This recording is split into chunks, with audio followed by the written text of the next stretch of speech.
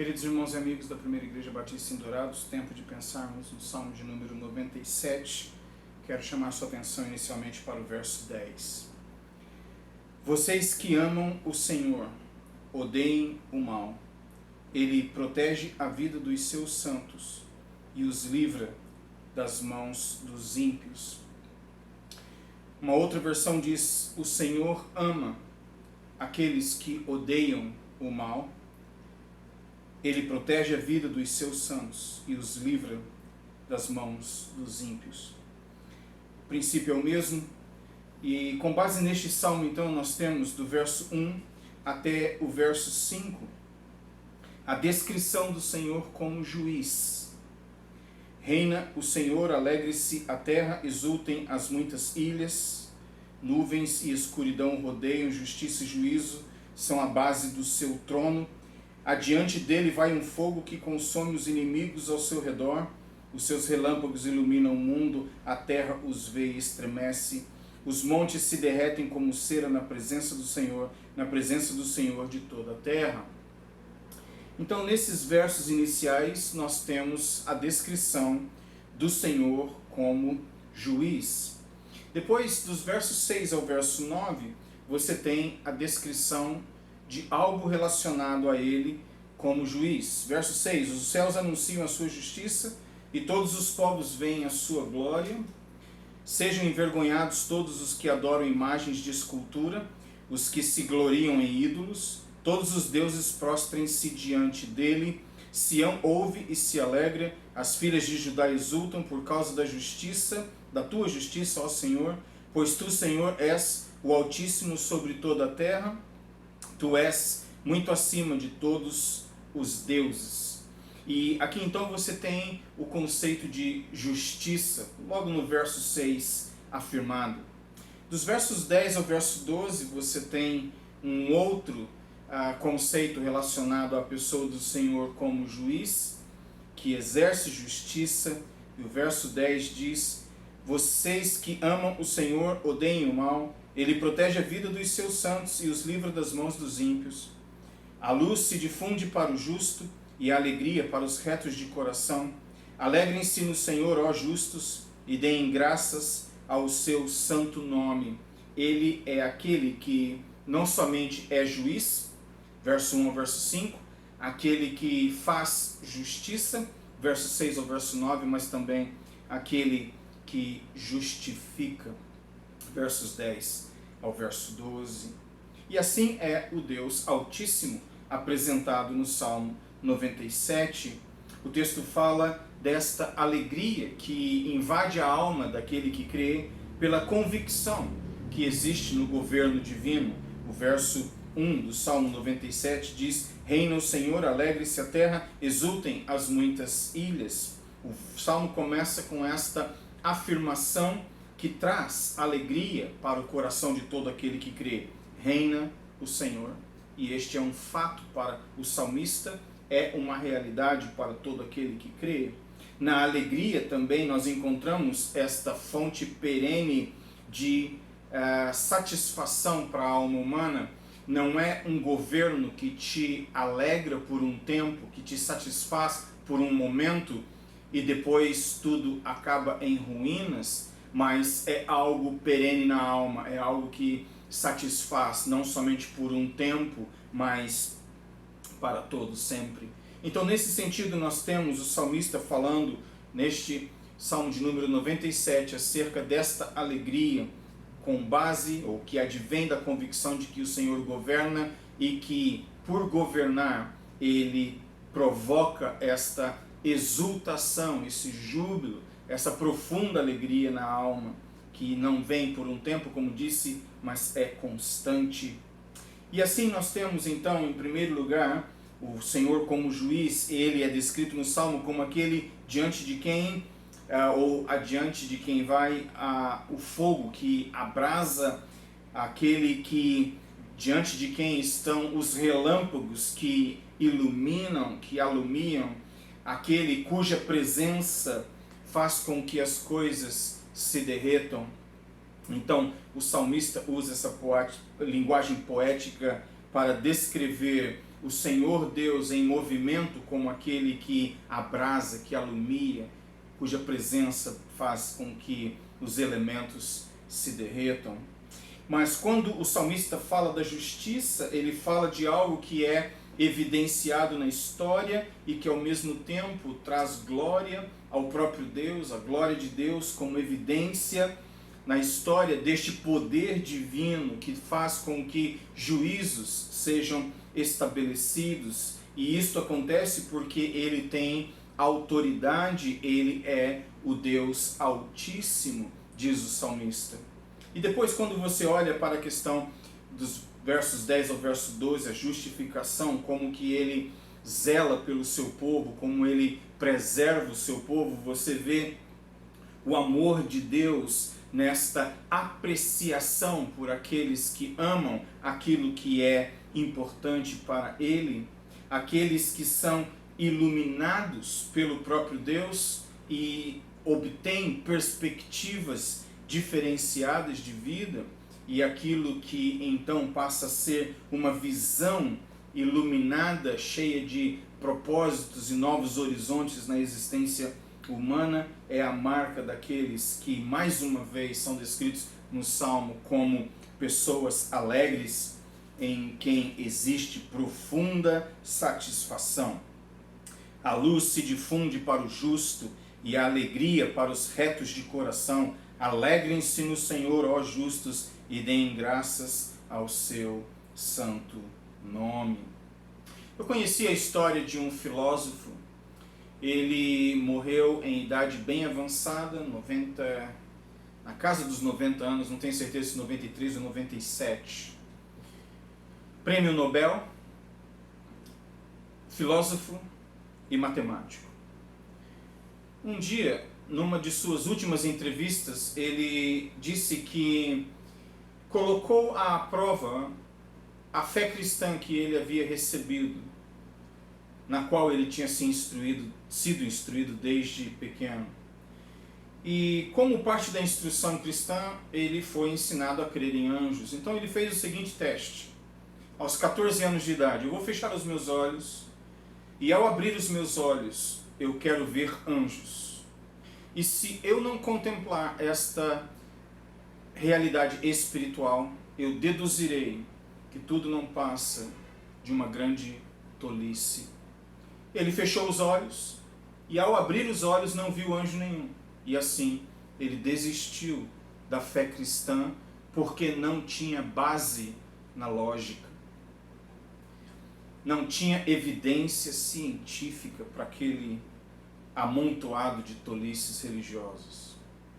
Muito bem, avançando na entrevista, ele diz: então, aos 18 anos, eu me encantei com a matemática e tive a minha primeira aula de matemática com o meu irmão mais velho, que também era um matemático. E na universidade eu fui introduzido então pelo meu irmão nos primeiros passos rumo a ser um matemático. O meu irmão me introduziu a algo chamado axioma. E ele perguntou para o irmão: o que é um axioma? E um axioma, ele tem uma definição bastante longa, e eu então vou tentar resumir aqui em poucas palavras o que é um axioma. Um axioma é um fenômeno observável, porém indemonstrável. Por exemplo, eu poderia dizer que o amor de um pai pelos filhos é um axioma. Eu sei que é uma realidade, mas eu não tenho condições de demonstrar isto matemático, cientificamente falando. Eu não tenho uma fórmula que, colocada em prática, resulta em amor pelos meus filhos. Eu só sei de uma coisa: cada vez que eu olho para as fotos deles quando eles ainda eram bebês, algo estranho acontece. Sorriso, sentido de alegria, de satisfação, de plenitude. E eu tenho certeza que aqueles que são pais sabem do que eu estou falando. E nesse sentido nós temos então um axioma, algo que é verdadeiro na matemática, que é um fundamento, mas é indemonstrável. E aqui então este filósofo se deparou com um grande problema, porque ele que havia rejeitado a fé cristã por ser um axioma religioso, ou seja, uma realidade indemonstrável, ele agora precisa seguir com a matemática, começando por onde? Começando pela fé. Porque agora ele precisa acreditar, ele precisa confiar em algo que é absoluto, realidade, sem ter termos e condições de demonstrar aquilo que dali para frente seria uma verdade, um estilo de vida para ele. Não, o ponto que eu quero estabelecer é este. Por que para um tipo, uma categoria de axioma, o axioma religioso, eu preciso de um tipo de fé ou mais fé do que acreditar num axioma matemático? Então o que eu quero propor, dentre outras coisas que eu gostaria de propor, mas não temos tempo, é que a decisão deste filósofo não foi científica, ela foi moral. Ele decidiu, com base em critérios não demonstráveis, optar por um caminho ao invés de outro. Mas deixe-me estabelecer que no testemunho e nas palavras dele, ele aceita o fato de que ele começou no mundo da matemática com os axiomas pela fé, aceitando a orientação do irmão mais velho. Você não tem como demonstrar, como entender, você simplesmente começa daqui aceitando como um fato. E o que eu estabeleço para a minha vida como ensinamento e como aprendizado, melhor dizendo, deste testemunho, dessa experiência, deste grande cérebro, desse intelectual, desse sábio, é o fato de que existem momentos na vida quando você se depara com realidades que não são demonstráveis, mas nem por isso são menos verdadeiras, e por isso a questão de ser uma realidade. E o Salmo 97 começa com aquilo que eu gostaria de usar entre aspas, usando aqui peculiarmente o termo, como um axioma espiritual. O Senhor reina. Esta é uma realidade para todo aquele que crê. Embora não seja passivo de demonstração científica, mas eu sei, com base na história, na arqueologia, na própria lógica, com base na revelação, com base na moral, na ética, que Jesus Cristo estava certo, está certo e sempre estará correto.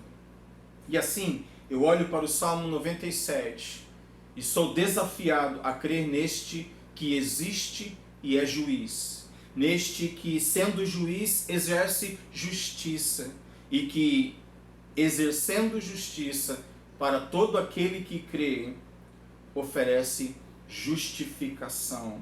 E assim, ele ama, ele preserva, ele satisfaz. Quando ele diz que ama aqueles que odeiam o mal, que preserva com a sua luz aqueles que buscam a justiça, satisfazendo-os com alegria todos os santos. E assim nós temos no Salmo 97 esta belíssima mensagem de que o Senhor está no controle. E eu preciso então fazer algumas decisões. Primeira delas, optar pelo que é certo. De volta no Salmo 97, verso 10, vocês que amam o Senhor, odeiem o mal. Eu preciso fazer esta decisão com base naquilo que o Senhor está me ensinando, porque eu confio nele e sei que aquilo que ele está ensinando é correto. Então, nós precisamos optar pelo certo. Nós precisamos preservar a integridade.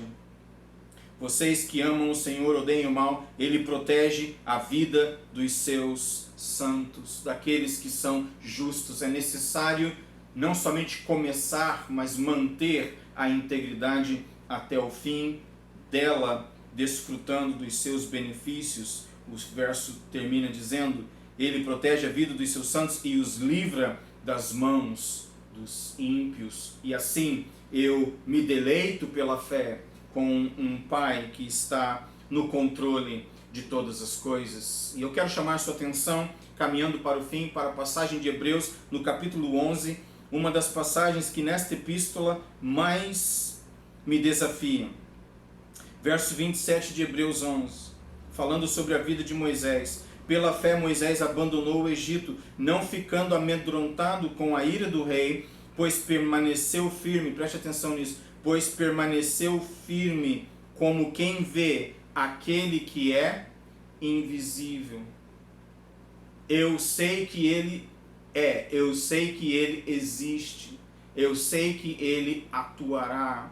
A situação ao meu redor me mete medo, mas eu sei que ele é.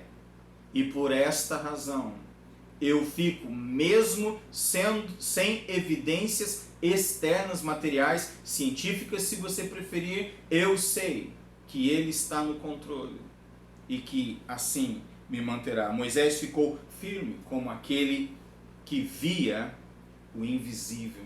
Não, isto é fé, isto é extraordinário. E finalmente gostaria de chamar a sua atenção para o Evangelho de João, texto maravilhoso, após a ressurreição do Senhor Jesus Cristo, se encontrando com os apóstolos, Tomé fazendo a declaração: que a paz seja com você, o Senhor falando, e logo disse a Tomé: põe aqui o seu dedo e veja as minhas mãos, estenda também a sua mão e ponha no meu lado, não seja incrédulo, mas crente. Ao que Tomé respondeu: Senhor meu e Deus meu. Jesus lhe disse: você creu porque me viu? Bem-aventurados são os que não viram e creram. E eu acredito que se Jesus Cristo está dizendo que felizes, bem-aventurados, completos, prósperos, satisfeitíssimos são aqueles que creem sem ver, é porque este é um fato. E nós podemos desfrutar desta realidade maravilhosa hoje, mesmo não vendo, ficando firme como aqueles que testemunham a realidade do invisível Deus, que faz todas as coisas e que reina, porque a palavra do Senhor diz: reina o Senhor, alegre-se a terra, exultem as muitas ilhas. E o meu desejo é que você, talvez hoje, como uma ilha um tanto quanto isolado ou isolado, experimente a alegria completa daquele que unicamente governa todas as coisas, e que o governo do Senhor nos dê paz e alegria eternamente. Amém? E até a próxima.